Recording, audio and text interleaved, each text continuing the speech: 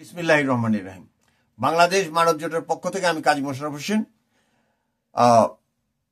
আন্দোলনের পূর্বে এবং পরে অনেক ধরনের গুজব চলমান আছে এবং এই গুজবের মাত্রা এত বেশি যে 1 টাকার জিনিস 5 টাকা, 1 টাকার জিনিস 100 টাকা, এরকম নানা ভাবে মুখরোচক কিছু শব্দ দিয়ে মানুষকে বিভ্রান্ত করছে কিছু লোক। এবং এর ফলে হচ্ছে কি যে মানুষের কাছে যে আসল প্রকৃত চিত্র বাংলাদেশে যাচ্ছে না। বাংলাদেশের কথাটাই বলছি আর কি। এরা এতই নিজের ওই 2টা ইউটিউব দিয়ে বা ফেসবুক থেকে 2টা পয়সা কামানোর জন্য এরা মিথ্যা মিথ্যা দুনিয়ার খোঁজ খবর বা খবর প্রকাশ করে থাকে। তারই মধ্যে অন্যতম একজন ইনি হলেন মোস্তফা ফিরোজ। দেখেন ছবিতে, দেখেন মোস্তফা ফিরোজ অনর্গল মিথ্যা বলে বলে বলে বলে বলে বলে যাচ্ছে, অনর্গল। বাংলাদেশের কিছু কতিপয় পত্রিকাতেও প্রকাশ হয়েছে যে টিউলিপ সিদ্দিকী 4 বিলিয়ন পাউন্ড ঘুষ নিয়েছে ওই পরমাণু যে চুল্লি রাশিয়া বসাইছে সেইটার থেকে। এখানে 2টি জিনিস বিবেচ্য। এর আগেও এই একই ধরনের কোশ্চেন করা হয়েছিল ওই রাশিয়ান রাষ্ট্রদূতকে এবং সে এটা সরাসরি নাকচ করেছে। এখন টিউলিপ সিদ্দিকী যে কোনো কারণেই হোক রাশিয়া গিয়েছে। এখন এই লোক, এই মোস্তফা ফিরোজ বলে বেড়াচ্ছে যে 4 billion pound, can you imagine 4 billion pound যদি ঘুষ হয় তাহলে প্রজেক্টটা কত বড় হইতে হয়।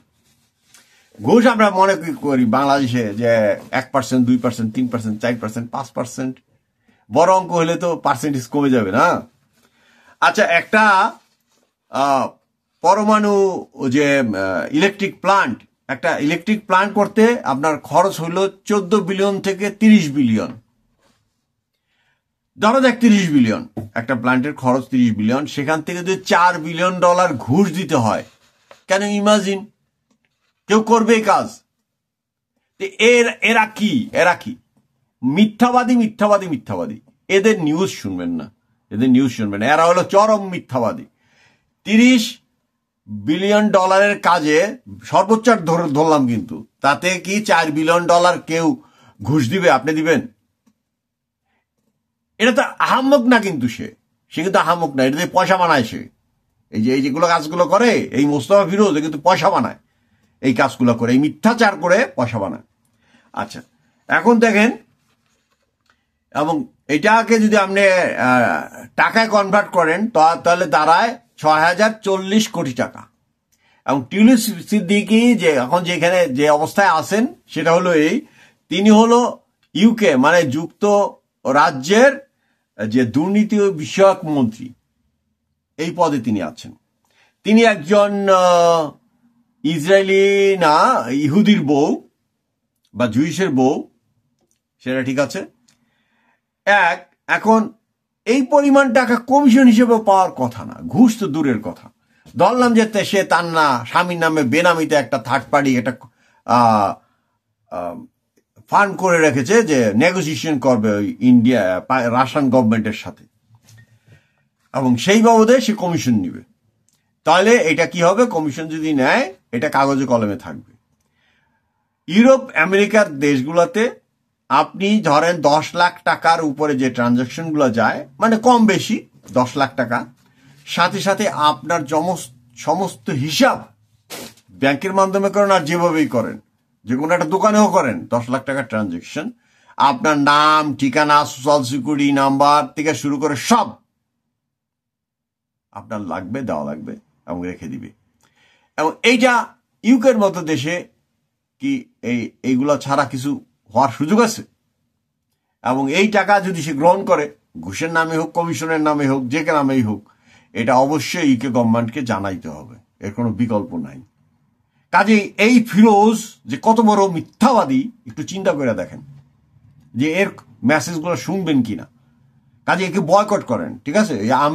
মুফতি আমির হামজা অনেক হুজুরা মিলে বয়কট করে দিছে, কারণ সে এত আজগুবি কথাবার্তা বলে। আবার ওই যে মনোয়ার আছে একজন, ওই ভদ্রলোকেরও প্রায় বয়কট করার পক্ষে, মোল্লাদের ক্ষেত্রে আর কি। তো এই মোস্তফা ফিরোজ মিথ্যাচারিতা করতে করতে করতে করতে একটা চরম জায়গায় চলে গেছে। আর একটা হলো রাশিয়া হলো এমন একটা দেশ যে রাশিয়ার সাথে চুক্তি হচ্ছে G2G, গভর্নমেন্ট টু গভর্নমেন্ট চুক্তি হচ্ছে। এখানে কোনো ব্যক্তি বিশেষ চুক্তি হয় নাই। তবে হ্যাঁ, থার্ড পার্টি থাকতেই পারে কমিশন এজেন্ট হিসাবে, এটা থাকতে পারে।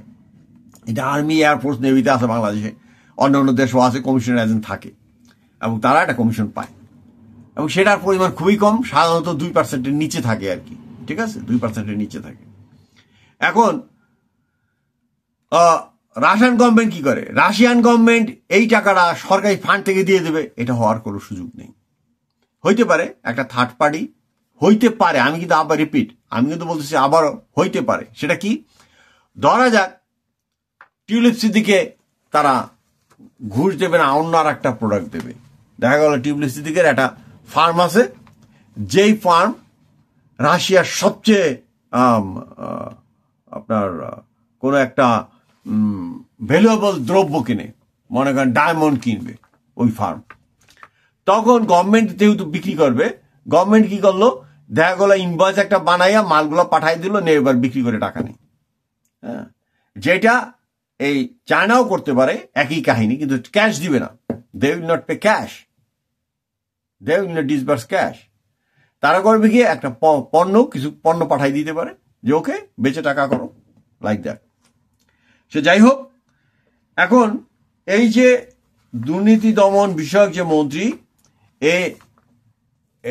এই নিয়ে আছেন ইউকেতে, এবং ইউকে সরকার এই খবর প্রচার হওয়ার পরেও বাংলাদেশ কিছু পত্রিকাও দেখবেন আছে এই খবর, তাই কিন্তু মন্ত্রীর দায়িত্ব থেকে বাদ দেয় নাই, 1 নাম্বার। 2 নাম্বার হইল রাশিয়ান মন্ত্রীকে, রাশিয়ার দূতকে যখন বাংলাদেশ জিজ্ঞেস করা হয়েছে, তারাও অস্বীকার করছে। এবং এই যেই কথাগুলো বললাম, যে টাকা পাচারের যে একটা সম্ভাবনা, যে এই টিউলিপ সিদ্দিকের মনে করেন টাকাটা দিতে হবে, এবং এই টাকাটা তো সে বস্তা বইরা রুবল নিয়ে যাবে না, এটা হবে ব্যাংকের থেকে ক্লিয়ারেন্স হবে ইন্টারন্যাশনাল ভাবে। কাজে এই যে মিথ্যাবাদী লোকগুলা, এদেরকে আল্লাহর ওয়াস্তে, হ্যাঁ, এদেরকে ইমান আন্নার কথা বলে কোনো লাভ নাই, কারা এর হলো বেইমানের মতো কাজ করে যাচ্ছে একের পর এক। কাজে আপনারা যারা শুনছেন তারা সতর্ক থাকবেন, যে এই কোন খবরটা গ্রহণ করার মতো, কোন খবরটা গ্রহণ করার মতো না।